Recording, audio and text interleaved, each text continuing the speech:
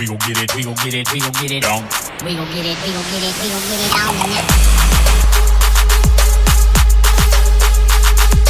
on. So guys, a couple things I want to point out with these cabinets as we're preparing to put the countertops on. Number one is it has a huge overhang on the end.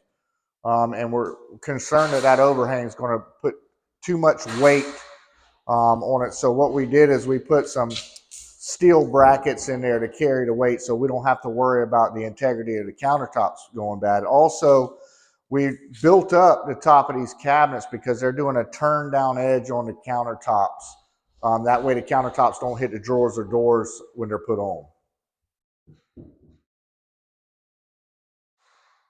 So another thing in this house is we didn't go with a traditional cabinet style hood up here. The homeowner wants to keep it really simple with maybe a metal feature on it. So look forward to showing you what it looks like when we get done with it.